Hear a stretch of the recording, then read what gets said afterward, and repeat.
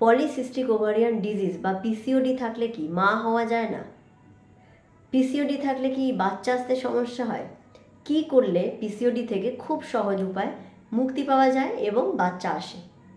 আজকে এই সব কিছু নিয়ে আলোচনা করব। কেন পিসিওডিতে বাচ্চা আসে না, কেন প্রেগনেন্সি আসে না পিসিওডিতে। পিসিওডি হচ্ছে পলিসিস্টিক ওভারিয়ান ডিজিজ। আমি অলরেডি এই নিয়ে একটা ভিডিও দিয়ে দিয়েছি, সেটাতে আরও ডিটেলসে বলা আছে। আমি এই ভিডিওতে বলছি সিস্ট হচ্ছে টিউমারের মতন, কিন্তু টিউমার নয়, আমি বারবার বলছি, একটা ফোলা অংশ, মাংসপিণ্ডের মতন অংশ, যেটা ওভারির মধ্যে হয়। এবার ওভারির মধ্যে যদি এবার মাংসপিণ্ডের মতন জিনিস হয়, তাহলে কিছু তো সমস্যা ওভারিতে হলো, হরমোনাল প্রবলেম হচ্ছে তার জন্য। আর এটা মেনলি হরমোনাল সমস্যার একটা রোগ। এক্ষেত্রে শরীরে কিছু কিছু হরমোনের লেভেল বেড়ে যায়, যেমন androgen, testosterone, LH hormone, insulin hormone, এইগুলোর পরিমাণ কিন্তু বেড়ে যায় শরীরে। এবার টেস্টোস্টেরন একটা মেল হরমোন, পুরুষদের হরমোন বলে থাকি।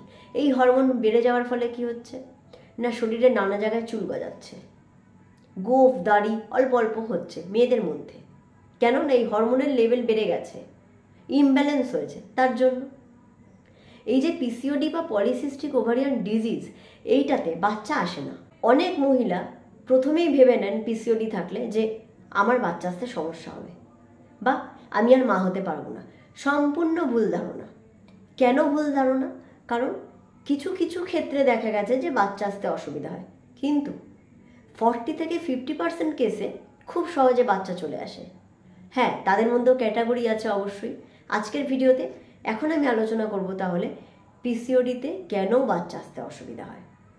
আমাদের মেয়েদের শরীরে, আমি ছবিতে যেমন দেখাচ্ছি, ইউটেরাস, দুদিকে দুটো ওভারি রয়েছে। ইউটেরাসের মধ্যে বাচ্চাটা বড় হচ্ছে, পুরো প্রসেসটা হচ্ছে ওভারি আর ইউটেরাস আর এই যে টিউবটা রয়েছে, টিউব, এই তিনটে মিলিয়েই কিন্তু প্রসেসটা হচ্ছে বাচ্চা হওয়ার প্রসেসটা। মেনলি ভূমিকা নিচ্ছে ওভারি আর এই টিউবটা। এর থেকে জিনিসটা বড় হচ্ছে ইউটেরাসের মধ্যে, বাচ্চাটা থাকছে।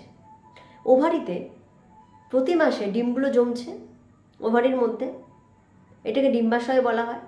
এখান থেকে প্রতি মাসে একটা করে ডিম বেরোচ্ছে, শুক্রাণু আর ডিম্বাণু মিলিত হচ্ছে, এই ডিম তৈরি হচ্ছে। এবং এই শুক্রাণু ডিম্বাণুর মিলনের ফলে বাচ্চা বা ভ্রূণ এটা তৈরি হচ্ছে, ভ্রূণ তৈরি হচ্ছে। ওভারিতে সমস্যা হচ্ছে, কি হচ্ছে তার জন্য না, ওভুলেশন হচ্ছে না।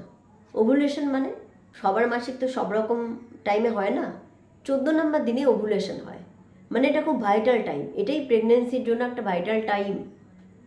তো এই ওভুলেশনটা বাধা দিচ্ছে এই পিসিওডি রোগটা। ওভুলেশন না হলে আপনাকে বুঝতে হবে আপনার প্রেগনেন্সি আসতে সমস্যা হবে, প্রেগনেন্সি আসবে না। আপনাকে এই কথাটা বুঝতে হবে, প্রেগনেন্সি আসবে না যদি আপনার ওভুলেশন না হয়। আর ওভুলেশন হতে গেলে ওভারির একটা বিশেষ ভূমিকা আছে, সেই ভূমিকা নষ্ট করছে এই রোগটা। সবার ক্ষেত্রে করছে না। যাদের খুব বেশি হরমোনাল সমস্যা হচ্ছে তাদের ক্ষেত্রে এই বাচ্চা আসতে সমস্যা হচ্ছে, তাদের ক্ষেত্রে ওভুলেশন কম হচ্ছে বা ওভুলেশন হচ্ছে না তাদের ক্ষেত্রে। যাদের খুব বেশি হরমোনাল প্রবলেম হচ্ছে তাদের আমরা দেখেই বুঝতে পারবো, পুরো ছেলেদের মতন গোঁফ দাড়ি গজাচ্ছে, শরীরের আরও বিভিন্ন জায়গায় চুল হচ্ছে, থাইতে চুল হচ্ছে, বুকে চুল হচ্ছে। এগুলো খুব বেশি হরমোনাল ডিফেক্ট হলে। যাদের খুব বেশি হরমোনাল প্রবলেম হচ্ছে না, হালকা, তাদের কিন্তু পিসিওডি আছে, কিন্তু আপনি সামনে দেখলে অতটা বুঝতে পারবেন না, কারণ ওই যে খুব বেশি হরমোনাল প্রবলেম হয়নি সেজন্য। তাহলে এটারও সিভিয়ারিটি আছে। এবার বলবো কাদের ক্ষেত্রে মেনলি পিসিওডি থাকলে বাচ্চা আসতে সমস্যা হয়। যারা মোটা, ওভারওয়েট, ওবেস, তাদের ক্ষেত্রে। এক্ষেত্রে একটা কথা বলি, বিএমআই মানে বডি মাস ইন্ডেক্স থাকে, যেটা হাইট আর ওয়েট এটা দিয়ে ক্যালকুলেট করতে হয়। যাদের বিএমআই 25-এর কম তাদের ক্ষেত্রে কিন্তু সুন্দরভাবে দেখা গেছে বাচ্চা আসে, কিন্তু যাদের বিএমআই 25-এর বেশি, 25-এর বেশি হয়ে গেলে আমরা সেখানে তাকে বলে থাকি ওভারওয়েট। 30-এর দিকে চলে গেলে তখন আমরা তাকে বলি ওবেস। এই দু ক্ষেত্রেই বাচ্চা আসতে সমস্যা হয়।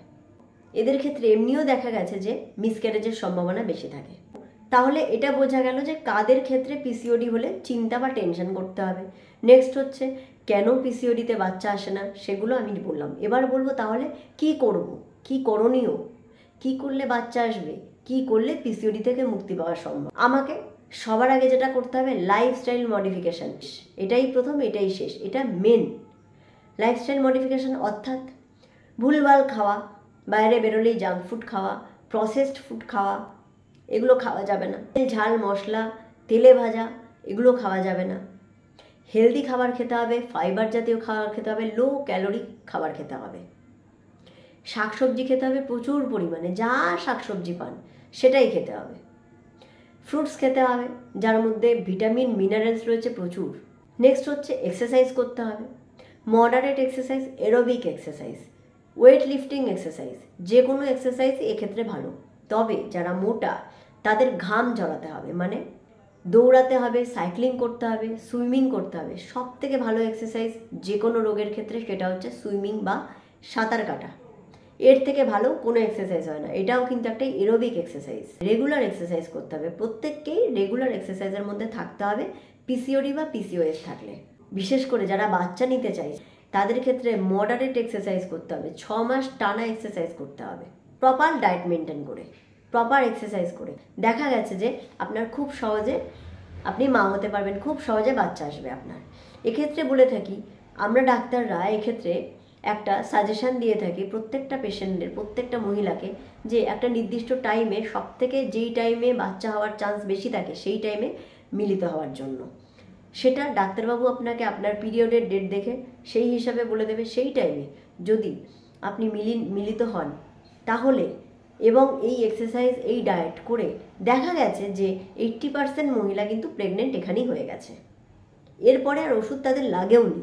আমি কি বললাম, 80% মহিলা এক্ষেত্রেই সুস্থ হয়ে গেছে, পিসিওডি কমে গেছে এবং প্রেগনেন্সি চলে এসেছে।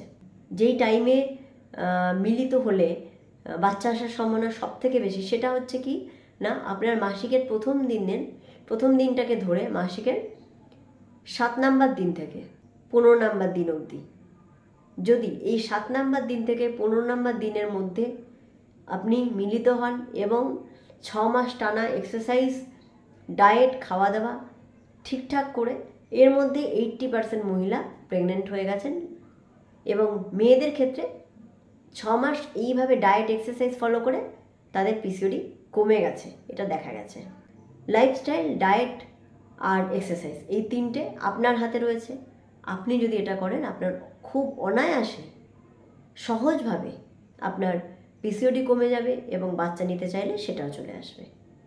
তাহলে আশা করছি আজকের ভিডিওটা যথেষ্ট হেল্পফুল ছিল। অন্য ভিডিও নিয়ে আবার দেখা হবে। ধন্যবাদ।